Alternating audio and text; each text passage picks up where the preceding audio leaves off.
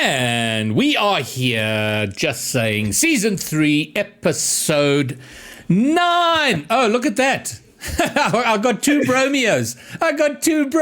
And no Pyro.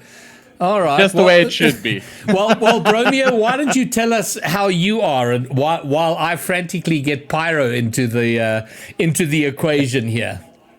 Well, you know what? I've been good. I missed out on last week, and I think we back, and I'm really, really excited to talk about all of the stuff that's happened in between. I mean, we went through one of the biggest major, upsets that we've seen in a while, and we haven't even had a chance to talk about it yet. Yeah, we didn't because. Oh my God! Why is? Now I'm indented. I love it. Oh no! This is so wild. well, Pyro. Even though we can't see you, you tell us how you are, while I frantically try. Hello, and I sort look this a out. lot like Bromio today, but it's great to be here somewhere in the background. You know, Please tell me that's I'll gonna start work off, now. I guess, with the fact that Bromio and I shared a prediction. Hello, yes, there we go. Pyro is here in Shared voice prediction. and in video. Oh my goodness gracious! In Yes, the carry grand on. finals of the last one, and so it's exciting to be on maybe the right side of that one. Wasn't taken very easily, but boy, was it a blast! And slowly and surely, we'll have everything situated on the podcast today, y'all. Well, look, I mean, there's the highlight has got to be we spoke about it at some length during the broadcast, and the fact that in SSA we have never gotten to the decision of who's going to the major on the very last day. It's always been decided, well, in the good old days of three splits, the original Orlando Pirates, it was pretty much settled sort of halfway through split 2. And the rest was just to see if anybody else could upset. But for the first time, we've got some competition, at least two people at the top. I think so, and I think coming into this, it was one of those occasions where I was really, really hoping to see more from KCP, and we had this big prediction thing going on. I know Pyro came out the gate swinging with some really outlandish comments. What was that, like a 4-1? I mean, you got the result. You got the result, so it's not that bad. But I mean, against KCP, that's outlandish. It had to be, I think there was so much hype around Pioneers. They won the first open. People were acting like, oh yeah, they were supposed to win. That's how it's supposed to go. Brother, they were down 3-1 in this series. And in game 5, they were down a goal. Like 5 years could have won every single open. So I don't know how much in the details and in the weeds we want to get that. There's a situation with Lewis P and not having all his equipment when he traveled over to South Africa. And Pyro, they beat them when they were... I just because I didn't know about that, and I just heard like that was mentioned, I think, in one of the casts. What do you actually know about that? Because that's actually crazy. If that's the problem, what do you actually know about that? I'd say my details aren't like fully there. What I know is that Lewis P had tweeted about it himself, and so if you want to find the tweet, go for it. I can summarize that basically he was not working off the equipment he thought he would be, and instead he was working off a laptop. So apparently the ping was good, but the equipment was not what he was used to, and so that had been a hindrance for him and the Pioneers. That is just wild, and I'd love to know how much that actually impacted. And it's one of those things, right? Is you never talk about your ping problems until you lose. If you're winning, so I don't know. I mean, if it was enough of an issue, surely they solved that problem before going into the most important series they've ever played. Yes, I think that it could have been a factor, but if you literally watch how that grand finals went and where the mistakes were, when Five Fears ended up having that comeback and that finish, I don't think you're drawing that as the primary reason for why the outcome was the way it was. I see Goose in chat has just said that he was playing on To Die For's laptop for at least Open 1 and 2. So, oh dear, that is. I mean, either way, it's not ideal. But I guess we can. I just want to actually get the Open 3 bracket up so we can kind of have a look at it and discuss. So okay, well we've already oh my goodness gracious, we're winning today. Raids, where are you? Oh my word. Okay, well, never mind the technicals. I'll sort that out. Let's keep the conversation rolling here. We started with the end. Going into the grand final, Pioneers, they had not dropped a single game the entire Open. They were looking so good. Five Fears had dropped a game here and there. I think 2 in the whole Open. And I mean, my prediction for the grand final was that Pioneers were going to take it 4-2. I was so convinced they were hard locked in. And at 3-1, I felt incredibly vindicated. But 5 minutes in Rocket League can be exceptionally painful. But both of you predicted Five Fears. So my question then is, what did you see that I was ignoring, that you both thought Five Fears were rocking this one? I mean, Pyro, you were doing the team stream, so I feel like yours is a little bit more pointed than mine. But if you have a look at our caster predictions that we made in Open 2, everybody went KCP. And I think that says something quite striking about, even though Five Fears came around the block and took it, it was far from a certain thing. But I think the reason why I was so vehemently Five Fears is because I saw moments of vulnerability in KCP in some of the ways they closed out games. They didn't just look as ruthless as Five Fears was looking. They didn't look as effective as a team of that caliber should be. So I just felt that something wasn't quite firing right, and that's why I went with Five Fears. Because had KCP been firing on all cylinders and everything going their way, they would have been a far different outfit. I'm inclined to agree with that, but I don't know. I was just very surprised. But I mean, at 3-1. I mean, we heard guns, but it's very hard to take what a player says in the heat of a post-victory interview. And Guns was like, "Yeah, we just had to stay calm and stick to our plan and be patient and stay calm." but what he also said that, like, I mean, I remember the question that was asked, and it was the same reaction I had when Five Fears went down 1-3 in the grand finals, which was, hey, if they did it to us, we can do it to them. Like y'all are doing the RLCS stream. I'm watch partying the RLCS stream. And in between the games of 4 and 5, I'm like, if Pioneers did it, Five Fears can too. Like, that was my mentality. That was the caster's mentality. That was Snowy's mentality that he was telling Guns and Tekkas. Like, it's that like reality of like, we can do this comeback. And you asked the question, Greybeard, like, how did you have the conviction that you did with Five Fears? Yeah. Predicting them to win that final grand finals. The truth is, like, that conviction is a little more stronger in words than it is in feeling. Like, we all know these two teams are so dang even, and that's why I went to game 7 again. But I think of times where I saw that like 9 or 10 minute overtime, and I'm like, yeah, okay, both teams have the ability to play at the top level. Like, my greatest weakness maybe for 5 years is Guns' inexperience. And yeah, that came through in a couple moments, but still, the team most of all held their own and took the win in those tight games.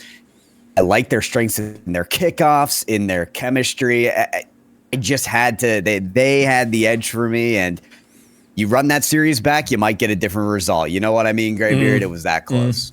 Well, I mean, Sib makes a very good point in chat. He says, to be fair, it went to game 7. Pyro, you've just pointed that out.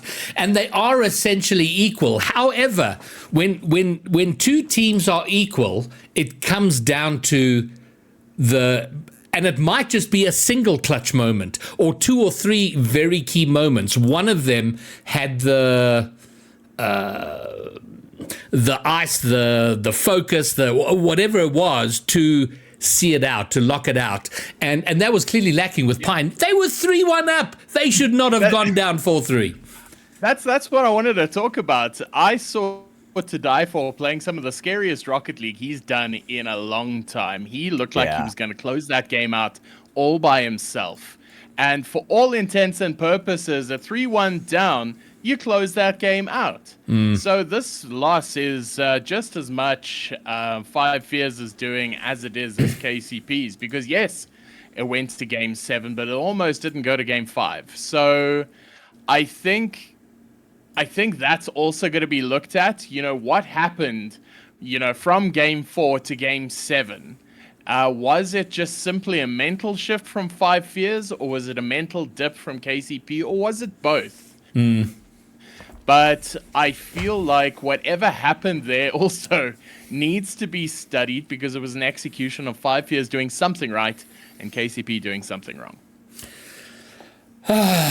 Okay, well, that does bring us to Boston, but we're not going to talk about Boston for just a moment, because we obviously that's immediately where our attention goes. But a whole weekend. Well, if we look back across the split, guys, what are the for you? What are the highlights, the lowlights? What were you surprised by? What are you excited about? What frustrated you? What are the big moments, good and bad, throughout the course of the Boston Major, the opening 3 regionals of the 2026 season? I'll kick off. First? Romeo or what? No. I'll kick off with one because I have a few. My big highlight for me was Nitro, and more broadly outside of Nitro, the team of Amapiano, a pickup team who suddenly became a real contender. And I hope to goodness they're going to lock in and come back for split number 2. But Nitro, I mentioned it on the broadcast that I saw him at Comic-Con in 2024. He was playing with, I think it was with Douglas and Strutic, and I'd heard of Nitro for a couple of years. He'd been sort of in and around the community, and I loved how he played at that Comic-Con LAN, and I thought, man, this guy's going to have, his time is coming. And I thought that time would be 2025. As it happened, he had a very kind of average 2025, but it just seems like this may well be his time. I mean, and he was magnificent.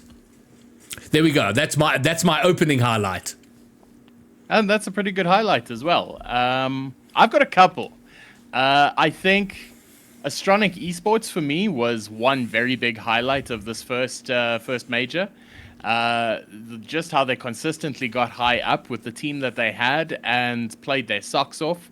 And, it highlighted more how a new top 8 was forming. And, we as casters like to be right a lot of the times. And we were wrong a hell of a lot more. So that much I loved. I loved being wrong, because what it meant was that the gap between, say, 2 and 8 is, very, very small. Because Astronic made it top 8 every single time except for the last. Did they? Astronic? Yeah, Astronic. I think so. Just let me have a look. I know. I'm being an idiot. Yeah. It wasn't Astronic. Who was it that didn't make it top 8? They didn't squeak through. Yeah. Astronic made. Let's have a look here. I'm just trying to see, pulling all of this information together before I say wrong stuff, because I know chat is brutal. Yeah. Chat. Correct me if I'm wrong, but yeah. Astronic didn't make top 8 in the first one. Last split. Last and first. Yeah, no. Okay. Did they not make it through in the first one either? No, they had okay. Either which way. Either which way. Either which way, I think they did really, really well considering. And there were a couple of lowlights as well. I really wanted to see LFO do better. I always do. I love Werty. I love Eli. I really wish they did better than they did. So they were a bit of a low point for the first. And there were a couple teams like Rounds who just didn't quite hit their stride. So, yeah, there were some big ones and there were some pretty low ones as well. To be fair, Rounds had a really up and down. I mean, they had a completely different roster in their last two opens than the first, with Cam and Wheelo bouncing. So that was a little destabilizing. I know the org itself was very frustrated with that, but I loved the fact that Renshiro picked up 2 reunion guys. But yeah, they haven't quite done enough. Okay. I have a bit of a broader takeaway, and the takeaway is what we all dreamed of, something we all wish for, but we're a little bit tense about the reality of 2/3 works.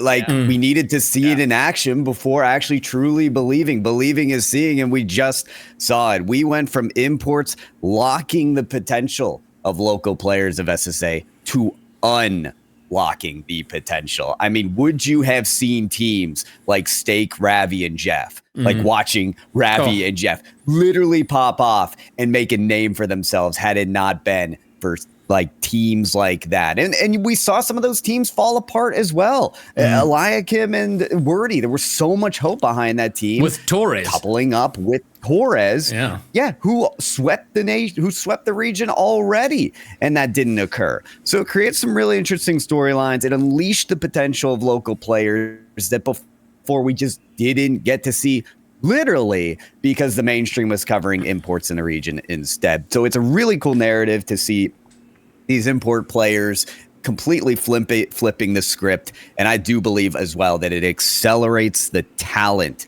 within the region, which is something SSA needs so desperately, is to close that gap. Because I'll just leave you with this final thought. There is no ceiling right now to professional play. I'm watching NA, I'm watching EU. It is getting better. It is getting scarier. The defense is insane. Double flip resets are becoming commonplace. It's getting tougher and tougher. And so it's exciting to see this region make those steps up as well. And I'll you go for it. No. Shoot. So I just remember when I started watching RLCS, in a more serious way, let's call it 3 seasons ago, where we were playing 50 ball, which was the tactic was to play to the 50 and then whatever the bounce does, then take your shot from there. And it was very methodical. That was the meta. And nearly every single game followed that sort of pattern there and thereabouts. And then with the import crisis of 24, that really switched the things out incident, about.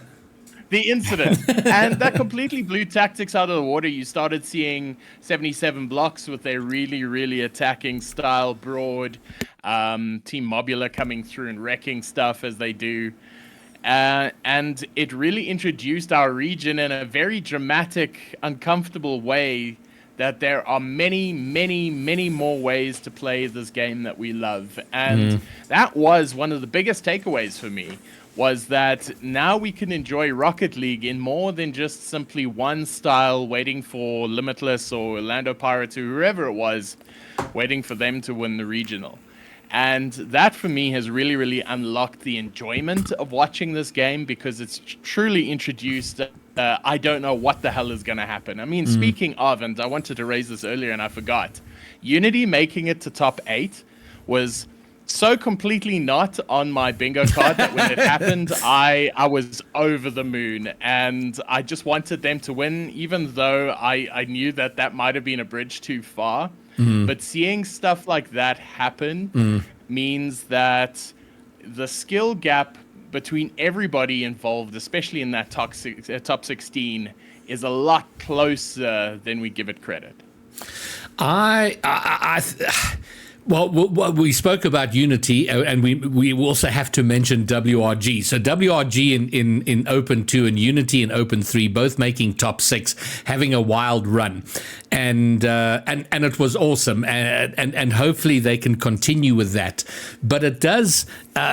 Speaking of North America, there's been a lot of lament by North Americans about North American Rocket League over the last little while, but it seems now that their depth is, that top 4 at the very least, maybe top 6. It's a lot tighter, and while you've got favorites, the potential for upset is there, and that's what I'm hoping we see. Like, okay, so Five Fears, Pioneers, top of the pile, but there's always the potential, and it's not quite there now. And I hope in the off-season, teams like Amapiano, Astronic, Bro Crows, Death Cloud Esport are working on things, because I'd love to see the rise of the surprise factor, where it's not unheard of that Death Cloud has a blinder and takes down Five Fears or Pioneers, and the same for Amapiano and Bro Crows.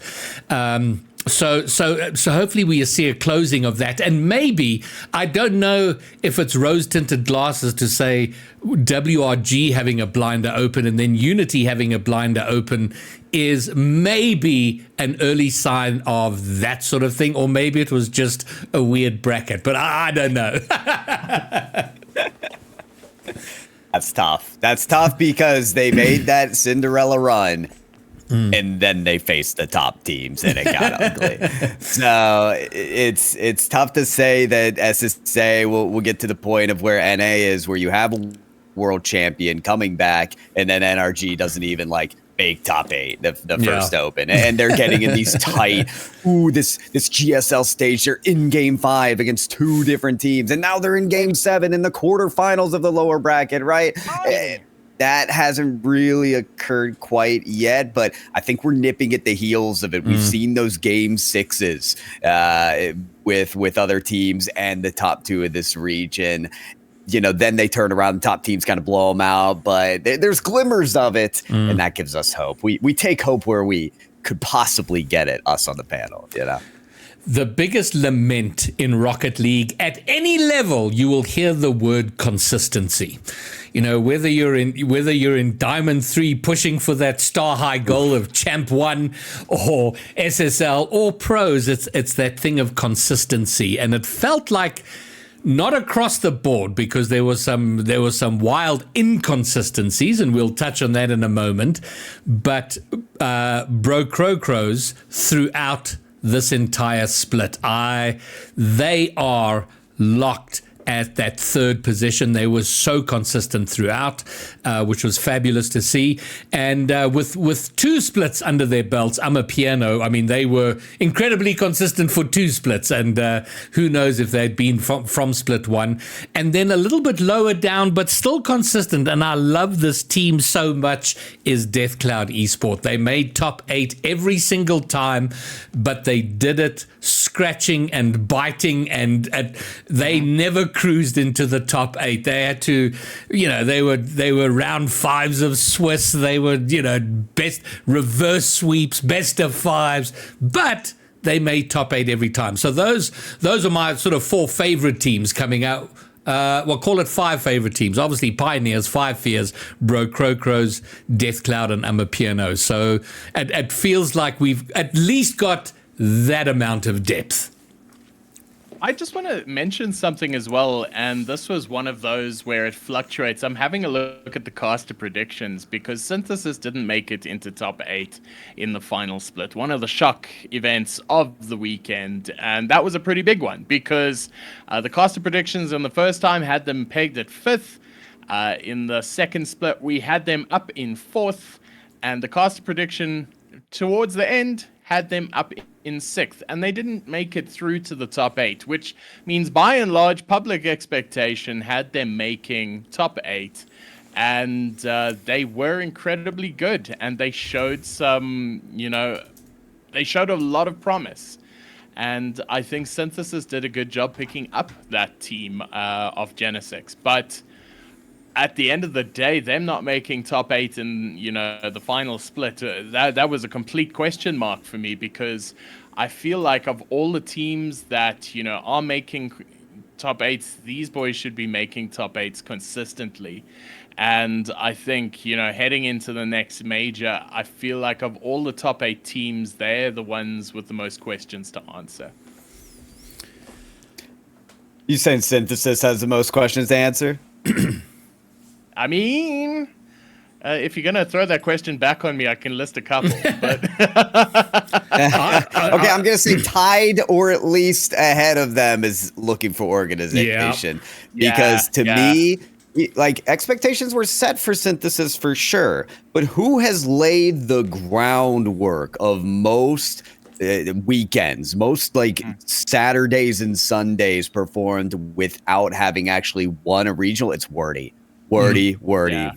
Every year you see him at the top level of this competition, if not top 4, fine, top 6. And then for 2 events, we don't see him in the top 8. I don't see a reality where that team sticks together. If they do, I know Greybeard's shuddering. He's like, wait.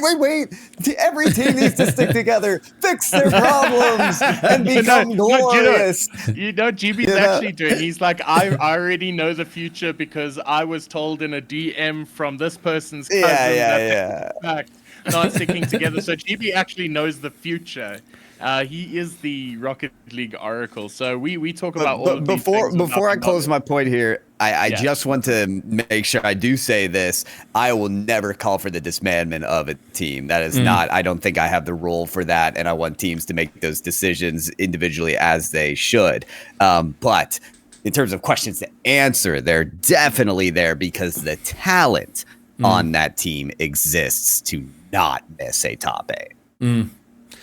But the point is well made. LFO made top 8 once, which is crazy. Werty, Eli, Torres. How did they not make top 8? They should have been in the top 6 minimum every single regional. Yet they struggled. So there's no question about that.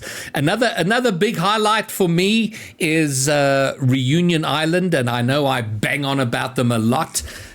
Just because they were such a surprise when we got into RLCS 5 years ago or 4 years ago, whenever it was, didn't even know the island existed, and they just and they have what seems to be a growing number of players, and more and more competing in the qualifiers, and it seems sort of now pushing into the top 16, still falling short of top 8 outside of T-Shao. We saw Willow and Eagle making it in the last Open, but I would love to see a real Reunion Island contender at some point sort of challenging the top 4, but I feel like we're getting closer, and it just felt like there were a lot more of them around. I know we've already spoken about this, so we're covering trodden ground, but I want to be a fly on the wall when KCP is talking about whatever went on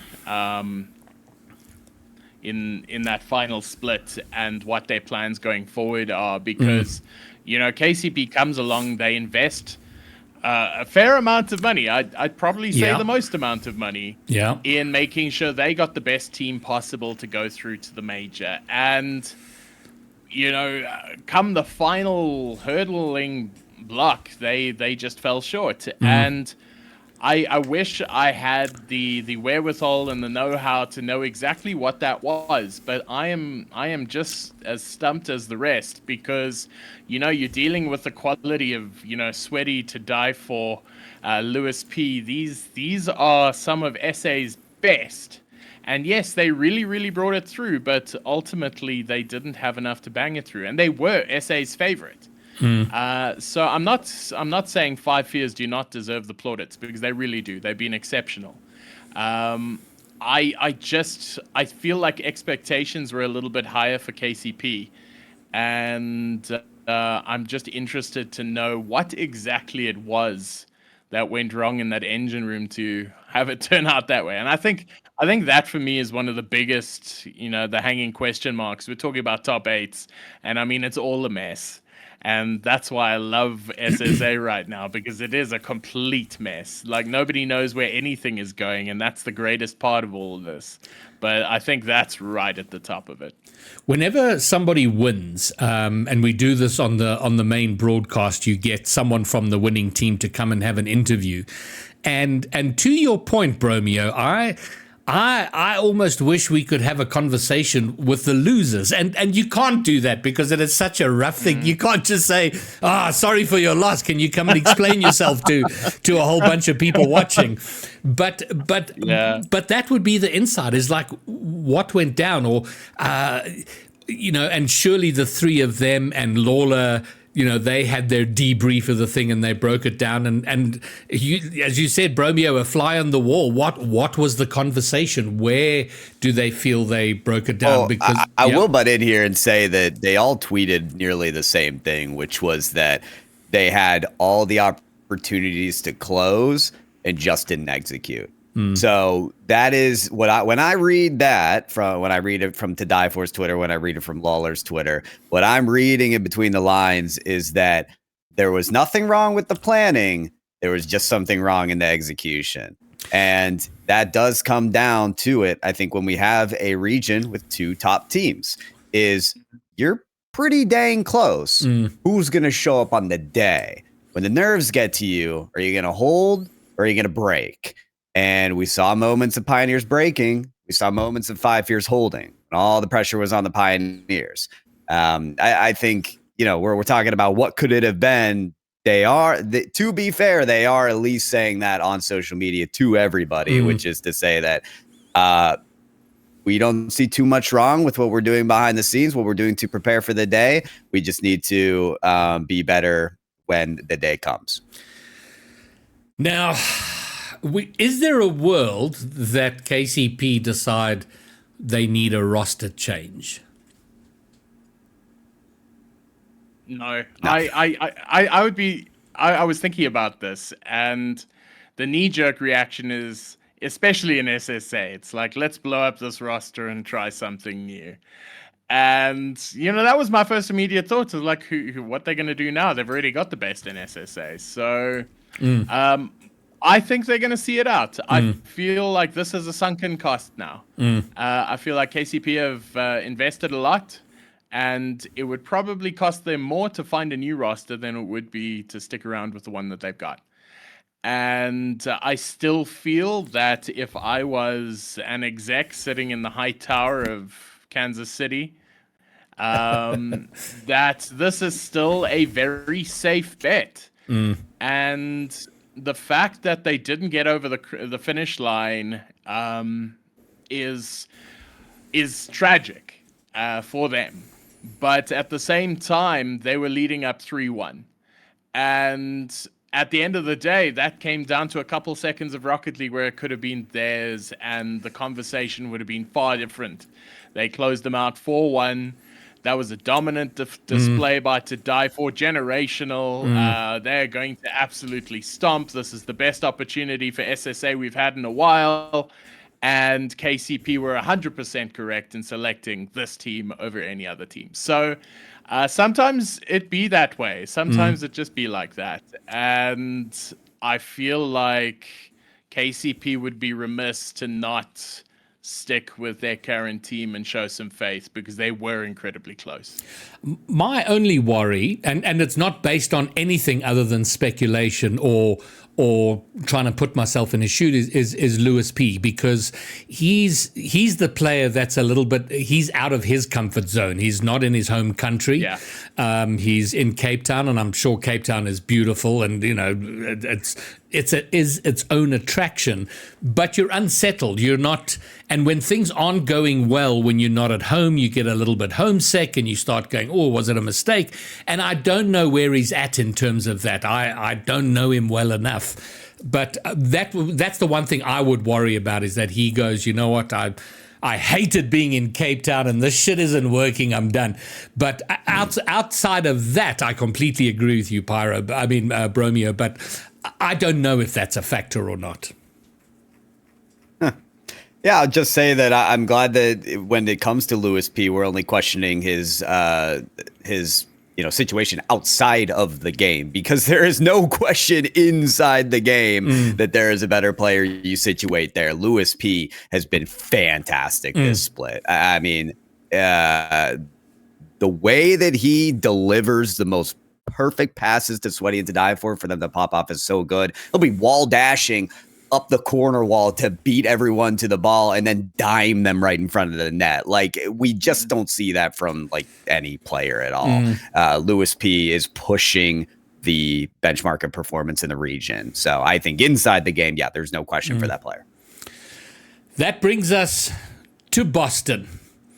And the Boston Major gets underway Thursday, the 19th of February. So that's 10 days from now. And there will be an official SSA broadcast covering the run of Five Fears. And the excellent news is that just a few days ago, we got the green light that broadcast will be out on SuperSport. RLCS, SSA RLCS is back on SuperSport, which is huge for exposure of the game to the local scene. So we're very excited about that. And it's a prelude to Opens 4, 5, and 6, which I believe are also going to be on SuperSport, which is just huge. And the only region in the world that has RLCS on a major, that will have RLCS on a consistent basis on a major sports channel. But gents, with you know what? As we look forward to what's going to happen in Boston, we were waiting for North America to wrap up over this past weekend to see who from North America was going, what the seeds were going to be, so then what the groups at the major were going to look like. So Pyro, why don't you give us the bird's eye view, the overall story of North America Open number 3? Oh, sure. I'd be happy to. I didn't expect to, but I'd be very happy to. So the bird's eye perspective of NA is what the hell is happening after Open 1, because NRG fell out in GSL stage. And so it's like, oh my God, our world champion is not in the top 8. Everybody panic. That's all over. And then NRG went on to win Open 2 and 3.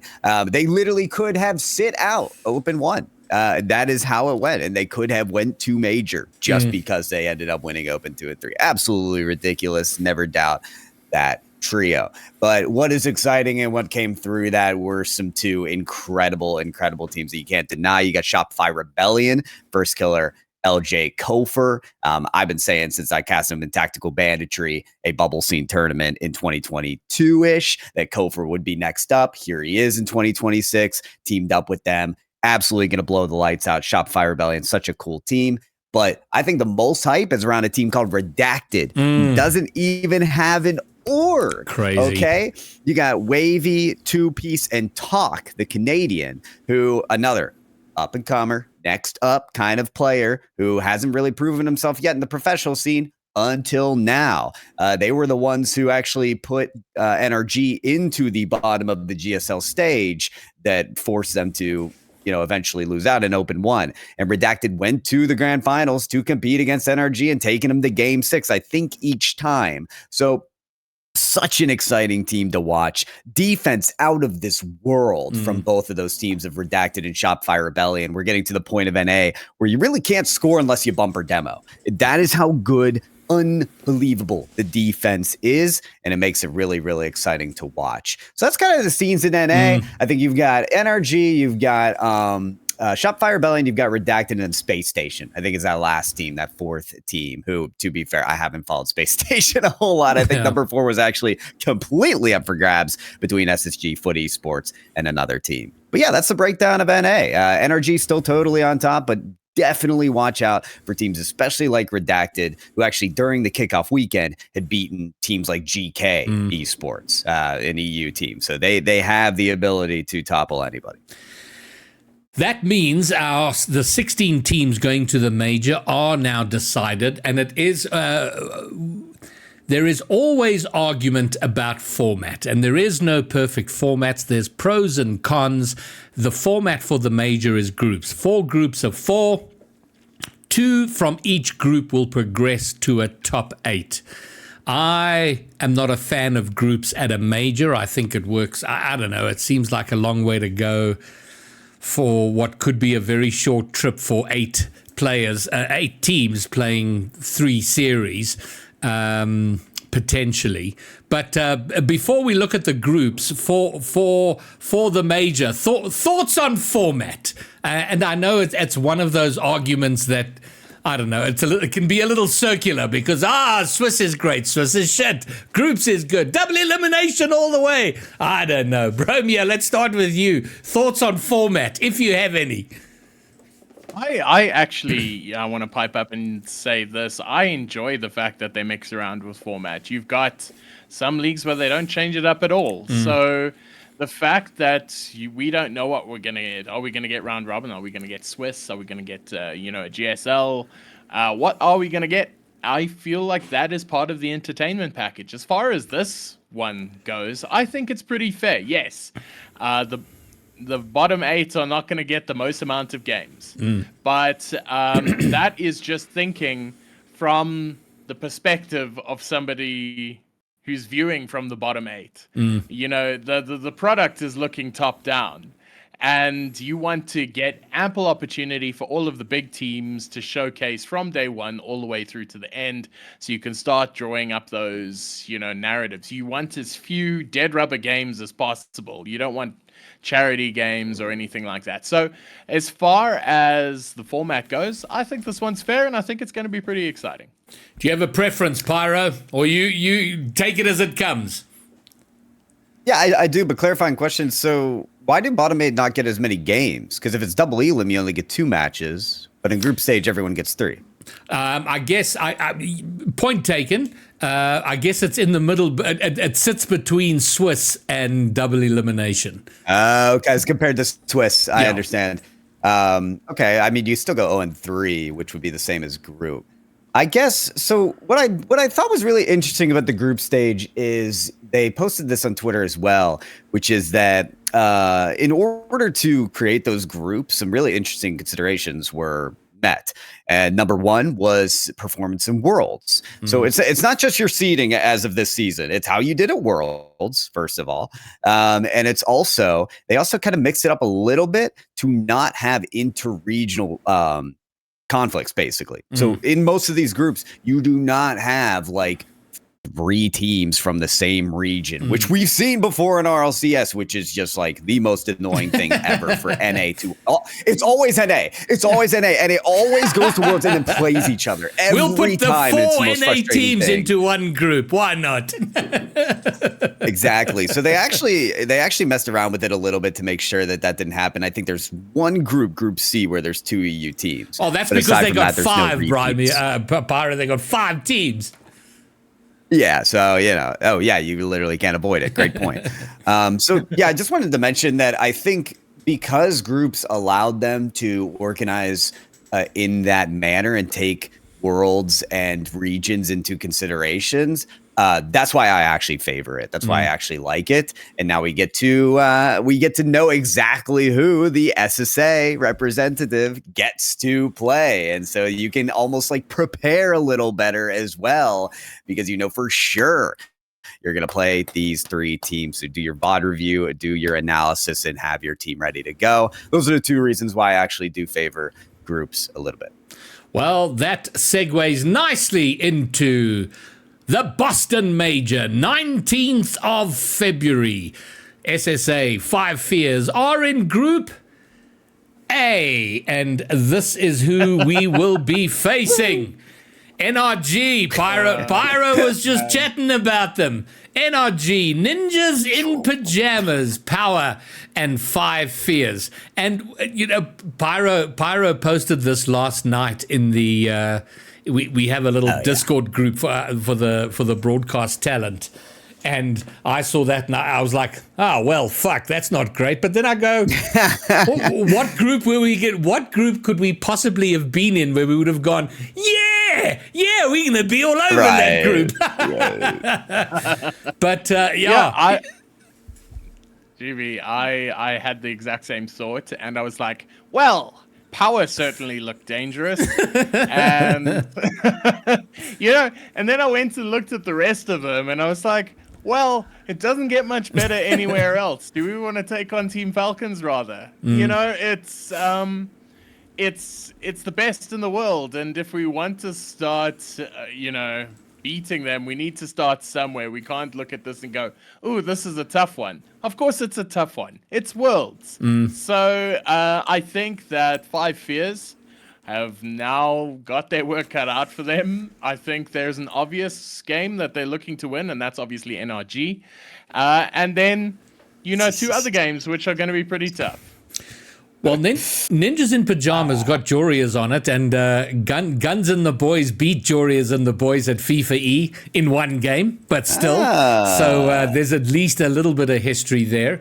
And Borky brings up a good point, which is during Guns' interview, he was like, yeah, give us OCE. I think we have a chance against OCE. So on that point, Pyro, OCE. I don't have my eye on chat. That has been the thing on my mind since I pasted this group last night in the Discord. Was you, Graybeard, literally asked Guns, who are you excited to play? And he did say OCE, but he said that because he prefaced it as, well, I want to play NRG. I that's what I want to play, but that's not interesting enough. So I'll say OCE. I think in his heart, he actually really, really wanted to play NRG. So I think when he looks at this group, Guns is actually most excited about the fact they get to play NRG. It's not about maybe, the result or the outcome. Obviously, they're playing to win in every single match. But when you get to face the reigning world champions for the first time that you go to the major, I mean, think about it. Think about something more exciting than that. That is the dream, to be in that competition. So I think they look at this group and they're excited.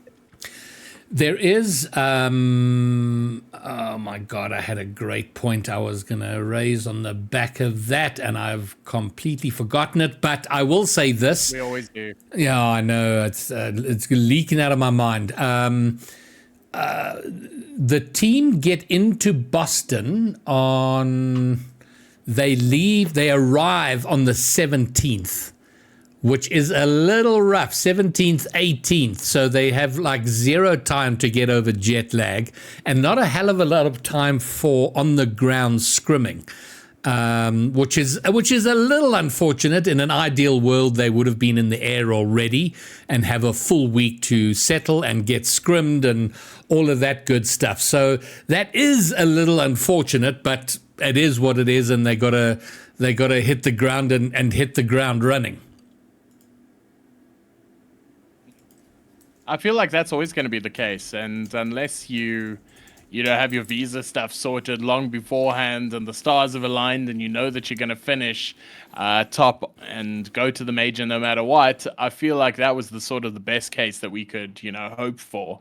I don't think we were ever going to look at anything longer than this period. So I'm really, really excited to see what 5 Years get up to. I really hope they do something content-wise so that we don't... the first we see of them is when they rock up at the major and play their first game. I would love to see maybe, an open scrim or, just something of, something org-focused with the team so that at least gives us something to support in the lead-in. Because I know I'm going to be on the desk for this major and I'll be, shouting them all the way home. But it's so limited that we, for SSA to be, on the international stage, I want to maximize it as much as possible, be as loud as possible, get out there, And I think that's the big one for me, is that we need to start making the most of these, opportunities, content or otherwise. I want to jump on that if you don't mind, Graybeard. So I agree completely. I hope that this story is sung from the mountaintops. And the reason being is not just because I'm a fan of SSA. I need everybody to hear about this region because it's so exciting. The story of this team is so cool. Snowy and Guns were nemesises. They only combined forces for their shared Desire of Glory. Like, it's an anime. Like, come on. How are we not? They better paint this picture as cool as it actually is. And there's also the story of Tekaz, who went to APAC and all he could get was second place. Second place. And then he comes to SSA. He gets second place in the grand finals. I mean, it's like a curse. It just can't be uplifted. But then he rebounds with 2 first places. It's the comeback story for Tekaz. Like, I really hope the RLCS doesn't say, okay, well, I have 3 names on this sheet. This is our SSA team. And, oh, well, we know Snowy's really good in SSA. So Snowy's here for that. It's just that's what I'm looking out for. I do have to step away for a moment. Sorry. Okay, cool, Pyro. Now, on Pyro's point of where the groups were fiddled a little bit to make sure that the regions aren't all facing each other, I do think that part of that was to make sure that SSA. There weren't too many of the minor regions sort of having a go at each other as well. So, where you've got sort of OCE, APAC, and SSA kind of, all in a single group. I thought let's have we're going to have a brisk look at the other groups, and then we're going to have a little player chat. We've got a player we're going to have a chat with. All right, so Group B is going to be Falcons, GK, Redacted, and Furia. Now, that is a pretty stacked group as well. For my money, I think Redacted and Falcons make it out of that group. I feel like that's pretty safe to call. Falcons always at the top. Redacted, we just heard Pyro sing their praises, but obviously you can't count out GK or Furia. They're all really, really good teams, and I think this is one of the more, I would say, versatile groups where, three. I would reckon 3 of the 4 have a good shot at it. Pyro, thoughts? Falcons feels like a shoe-in to me, just because Mina, in my mind, are unbelievable. They're unbelievable. Those 2 teams between Falcons and Twisted Minds are going to be so difficult to beat for anybody. I mentioned if Redacted beat GK in the kickoff weekend, so I kind of want to take them over them. But at the same time, I think that's Apjack, Joyo, and Seiko. Yeah, correct. Yeah, which is absolutely terrifying. And Furia is the Yan team. So I actually hate predicting this group. This is terrifying. My heart wants Redacted, but wow, you've got some RLCS vets stacked in this group. And then you have Redacted, right? So I think if you go off history, it's going to be tough to go Redacted, but they are so hot right now. Group C, Carmine Core, Carmine Core and Vitality. That to me should. Okay, I didn't see this until now. I'm not sure I'm happy about those 2 being in the same group, and then Twisted Mind. Why not? Because it's. I don't know. It's. I don't know. Why are we giving preference to the French, GB? Why must they have their own separate groups? No, look, I agree with you, but it's also content. It's the battle for France in Group C. Let's have it. This is the kind of content that you need. And look, if you're having 2 making it out anyway, it's just simply a precursor to what's to come. I mean, you've got Twisted Minds and Space Station as well, but I feel like Group C is possibly one of the toughest groups to get out of if you're not French. I don't know. Okay, so I mean, it seems obvious that Carmine Core and Vitality make it, although Twisted, I don't know. No, stop. Twisted Minds, guys. Pyro's having none of this. Yeah. Guys, Hello. What? Twisted Minds literally beat Falcons in the first Open, and Falcons just came back from winning the, Gamers 8 or whatever, EWC? Like, Twisted Minds, Monkey Moon, hello? Dupo, the 1v1 champion? TRK? What are we doing here? Twisted Minds could easily be the first team, or the second team that people take in this group. Vitality are going to have to pray. SSG are not making it. If we could agree on something, Space Station are not making out of this group. It's just not happening. They might do just as well as SSA do.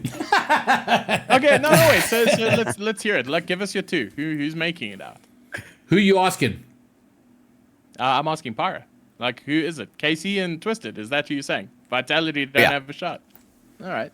No, whoa. Okay, I don't know if you heard. I don't know if you listened to like the 20 seconds that I just said, because I feel like it was pretty darn clear that the only thing that I'm sure of is that SSG are not making it through. Okay. Picking 2 out of those top 3 is very difficult. The only thing I had to argue with you was that you were counting on Twisted Minds and Greybeard was counting on Twisted Minds. How are we counting on Twisted Minds? No. Okay, but so then by your logic, you're saying Team Vitality aren't making it out, which, okay, I get that. Yes. If I had to pick 2, I am taking KC and TM, yes. Okay. All right. That's what I wanted to know. Yeah. Group D, Gentlemate, Shopify Rebellion, MIBR, Project De La Cruz.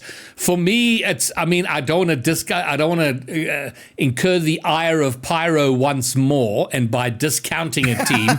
But to me, Group D seems like Gentlemates and Rebellion.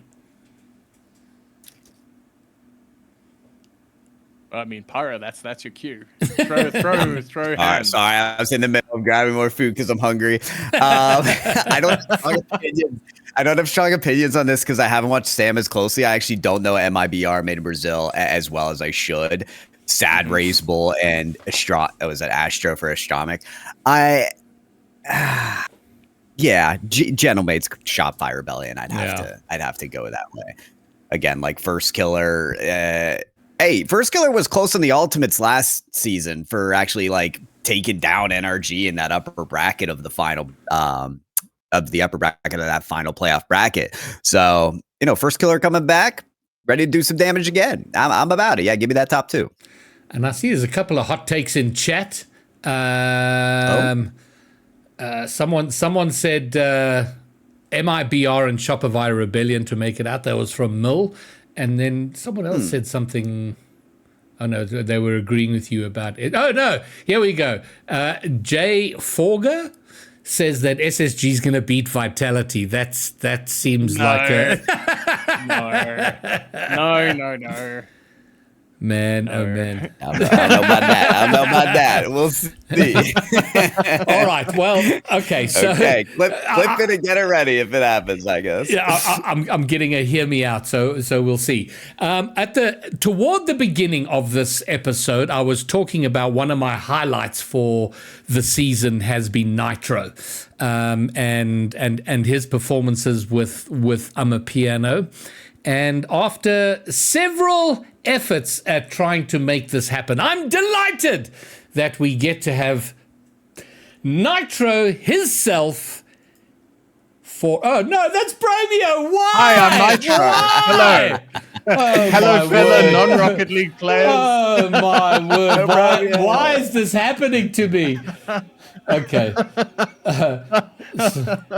Okay. First you're me, great. All right, there we go. Hello, Nitro. Hey. Hello. How are you guys? Yeah, very good. And delighted to have you here. I don't know if you've heard my comments about you over the course of the last. I feel like I've mentioned you several times. I saw you at Comic-Con in 2024. I think you were playing with Stratic and Duklas, and I thought you had a great performance there. And I've always thought you were on the cusp of making a breakout. I feel like you're having that breakout season. How do you feel about where you are with Rocket League right now? To be honest, I'm kind of surprised because like recently I haven't really been playing the game much as I did before, so I expected that since I'm not grinding as much, I wouldn't do as better. So after getting in a team with Cam and Kexi and getting a top 4, I said, yeah, maybe I'm not that bad. And has that spurred you to want to grind more and maybe because the way I see it now, that Crocros are locked in as the region's 3rd, and Amapiano sort of flirting with definitely flirting with fourth, maybe having a crack at Bro Crocros if you can keep going. So are you inspired to go further and to do more? And before you answer that, Bromeo, Pyro, jump in at any point with your questions, but Nitro, over to you. To be honest, after the first like top 4, I definitely like got the spark back for the game, and like I don't know how to explain it. I don't know how to explain it, but like being able to play 5 years and pioneers like at that high level, it's like it gets my brain working. It gets me like really invested into the game. So like after those series, like I really want to play more. I mean, I've got a quick question for you. Hi, I'm Bromeo, by the way. But I wanted to ask this, and I've always wanted to ask this. Your best results have been with teams that were completely unrepresented by orgs. So there's logic behind this, that your best finishes have been with your best names. Do you think that giving your team like a really, really power name gives you like extra 10 points heading in? I do, because like most of my team names have been like basically like a mix of like race. To be honest, like race like in my Yeah. team. So I feel like that kind of also like builds the chemistry, like the vibe of the team, like so I really do think it helps. And just to follow up on that question now, so now that you're doing so well with Amapiano, are you going to be possibly signing with a DJ, or maybe, at worst case, just another org? An org, yes. A DJ, I mean, we have Kexi, so we don't need a DJ. Fair enough. Fair enough. Okay, well, this is exciting. Nitro, I've cast you for years, but never got the chance to speak with you. So this is awesome. Hello, Pyro. Wow, I don't know where to start. So I feel like you were teamed up with Zyro for the longest time. What ended up being the impetus to jump and try out a different teammate? Or am I wrong to say that you guys were duoed for a long time? Yo, deep questions. Nah. Yeah, nah. We were do it for a very long time. And then recently, I think after the open one, Zara said he thinks we should like blitz and see our like other options. And so I just agreed with him and said, yeah, it's fine. That was a tough breakup. First of all, you got the results in the divorce, so congratulations to you, I suppose. But that does bring up the question of where to from here with Amapiano. Kexi's been very deliberately vague when he's been asked questions. We had him on the podcast. He was interviewed on one after your first top 4, I think. So split 2, Amapiano, do we see the return? I don't know. God. Vague as well. God. That's a no, bro. Come on. I don't know, dog. I don't know what's going on. I'm not gonna lie. Why? Sorry, why is that though, Nitro? I mean, surely you guys have spoken about it. What's the hesitation? What's getting in the way of, guys? We made 2 top 4s. Let's go. To be honest, our team does not talk a lot. Like, oh Jesus! Even when you started teaming, like we didn't talk that much, but like I'll tell you what it is. I tell you what it is. I think Zyro's in your DMs, isn't he? He's busy. Oh my God! Going, yo, what's up? Hey, what's up? You good? I see this. I see it. I can see it. No, Zyro, I don't know. He doesn't want to play the game anymore. So, oh my! But if he did come back, I would go back. I would go back if he came back. Okay. Well, you heard it, yeah. All right. I was so curious. I just wanted to get a chance to ask this. What was your reaction when the 2/3 rule was announced? Well, because it does sound like you got more motivation for the game when you got that top 4. So maybe at the time you weren't like super invested in Rocket League Esports. I'm not so sure. But when you heard that announcement, like, I'm just curious, like, what was your reaction? To be honest, I was excited. I'm not gonna Okay. lie. Everyone was excited, so I was excited. That's why I still like kept playing the game. I didn't really like leave, so I kept playing to see what will happen in the first split. So yeah, I was excited. Okay, good. And then my last question for you is, well, it's interesting just to hear the opinions of everybody. I feel like you guys with Amapiano, maybe you have an insight on this. You're doing something right that other teams are not doing correctly. I mean, we have teams like Astronic looking for Org, maybe even Death Cloud that are like, we should be getting top fours. We're putting in the work. We're within Org. We've been together this whole time, but they're faltering at those critical steps. Is it being clutch at the right time? Is it, well, clearly it's not talking as much as a team because you guys don't do that. Do you have any idea of like, what are you guys doing right that other teams aren't to get that top four? To be honest, like I just have a straight answer. It's just like we play the game better. Like all three of us, we didn't really talk. Like when we teamed, like we didn't really talk about how we want to play. We just started scrimming and we instantly clicked because we knew what we should be doing in these moments, what we want, like where we are, like all those things. We all in the same like wavelength. So I feel like that's what's missing for like other teams. They're not really like thinking the same. I like that answer. Thanks, Nitro. Well, everything you're saying it sounds very Cam. Cam. You can say a lot. You can say a lot of things about Cam. Being overly communicative is not one of the things Cam has ever been accused of. That guy does not talk. Oh my. Okay, so Nitro, couple of lightning round type questions. When did you start playing Rocket League? Yo, I think when was the free to play? September 2021. 2020. Yeah, so like a 2020. month, It was 2020. Yep. a month after free to play. That's when I started Okay. playing. And how many hours you got in the game? Yo, last time I checked, I had like 5K. I'm not gonna lie.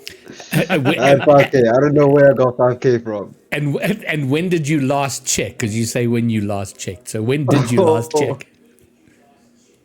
I think that was last year. Sometime last year. So 5,000 hours plus a year. Yeah. Okay, and how old are you? Turning 21 this year. 21 this year. And where are you situated in the country? What province and city? Joburg, I'm in Midrand. Midrand! Man of culture. Man of culture. Yeah. If I hear Cape Town one more time, I'm going to flip. Yeah. Midrand, that's where 50 Cent lives when he comes out to South Africa. Okay. Wait. We, so we can't random. just like... That's so random. Where on earth did you come with that sort of information? 50 Cent? What? 50 Cent, Midrand. Like, God! It's so bad when you have to explain your jokes. Oh my word! Bro is out. He's gone. Okay, all right. So Joburg 21, about 5,000 hours, and do you have a main car wise? the Fennec. I cannot use the Octane. I'm not gonna. I can't. Is there any other car you flirt with when you're having placebo issues? The Dominus. Dominus! Oh my word! Yeah. Well, maybe in Split 2 you can bring back the Dominus. All right. So, and what are your outside of Rocket League? What are your interests? I would say right now is school. What are you studying? I'm going to be studying DIT. Sorry? So diploma in DIT. So diploma in IT. Diploma in IT. Oh, okay, cool. So is that your bent, sort of the sort of IT industry? Yeah, it's either IT or possibly engineering. Okay. Yeah. Can you not see the glasses? Those are get much better marks than you, Glasses. Well played. So, like, I've got a question though, and that's not Rocket League related. If you weren't so cracked at Rocket League, what would you be playing?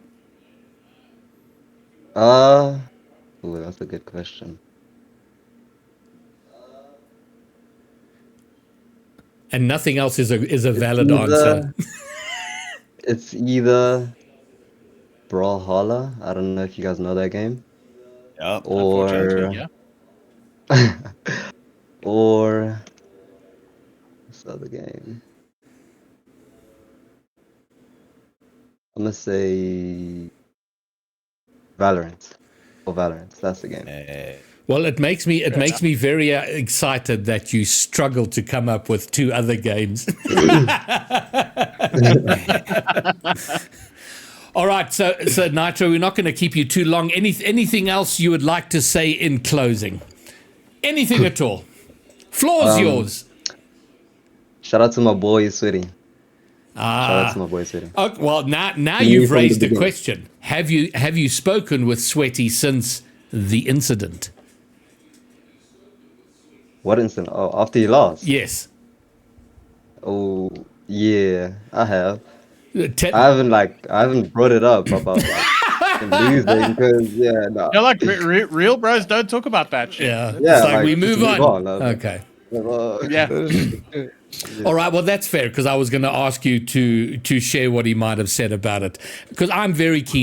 I'm very keen to talk with him. Wow. I know it's rough. Don't answer that. Don't answer that. Yeah, no. It's well, we got to let the wound heal a little bit, I suppose. All right, cool. Well, Nitro, I hope that you, Cam, and Kexi get around to having a conversation about what might happen in Split 2. I know I can confidently speak for the three of us here, and probably for the other four people on the talent that we would love to see Amapiano back for Split 2, to see you guys challenging for that top four. Can you make it sort of three more splits in a row, and hopefully you can somehow get Cam into a conversation and settle that up. Yeah. Okay, I was hoping for something more. Something. Yeah, absolutely, we're going to do that. But that's fine. I'll take Maybe. Okay. Maybe. Nice.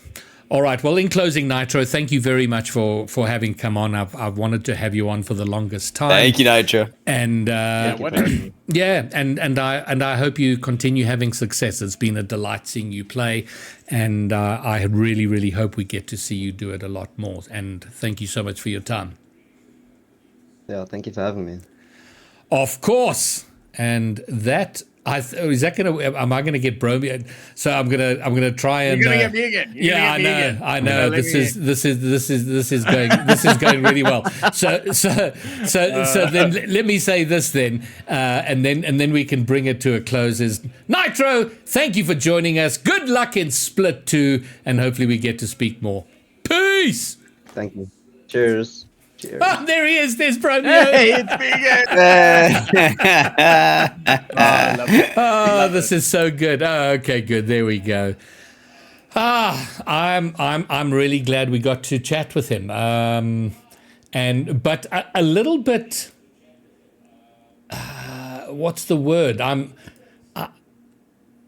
did we talk to where they said that they don't really? It was Synthesis. It was Declan when he's like, yeah, no, we just show up and we play. We do the best that we can. And that was a little bit like, what?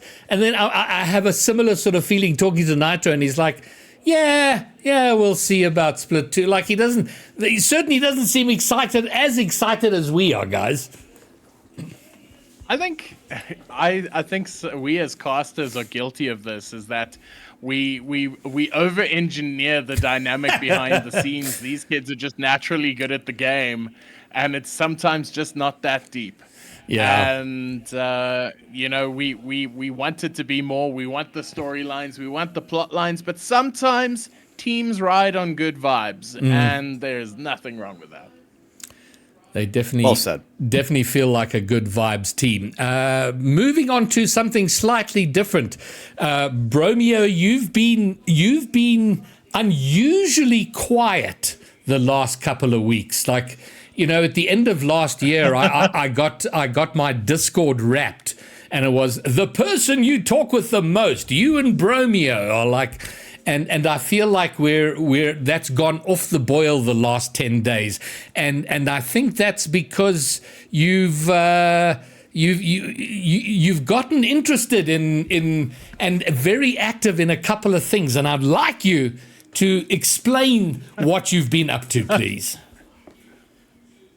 Well, I got that same Spotify Wrapped not Spotify Wrapped, Discord Wrapped, and it was a disgusting amount of hours that we've spent in Discord calls together. And I could not show my wife that because, you know, it might cause consternation in our relationship. But usually at this point we're discussing tournaments and all sorts of things like that. But I decided that I needed to take a bit of a pilgrimage back to what brought me here into the first place. And I got Bro involved in RSC Europe. Well, before you tell us about that, I think for the newcomers, because Bro, you almost feel like you got to be a bit of an OG to know what the hell Bro is. So give us the TLDR lore on Bro. Okay, so Bro was a little community that I founded when I got into the game and I couldn't find anybody to play with. So my first port of call was 6-man. 6-man absolutely sucked. So I was like, I need to do something. And so I just started creating this little community that grew and grew and grew until it was bigger than all of the other little communities out there. And that's how I ended up here.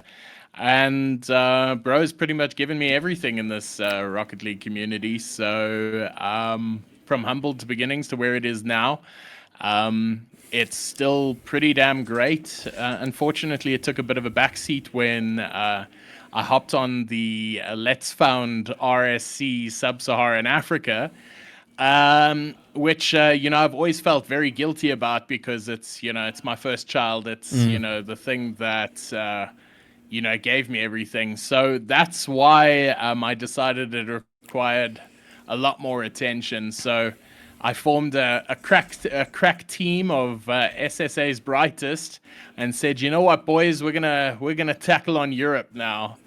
And that's where we started. I got Kirika, Unguarded Ace, and a European in the name of Beeping Sheep. And they are the management team for RSC Europe. So Bro is now one of the 20 franchises there. Okay. How did I? No, how did you rope in Kirika? Because that's huge. Well, that's actually a very good question, is that sometimes conversations are just good. And myself and Kirika had very similar viewpoints and what we wanted to accomplish, and we figured it would be better to do it together than apart. So Kirika is obviously the head honcho of Rising Star Academy, and so she would obviously like to get more eyes on her, her training academy, her coaching programs, her things like that.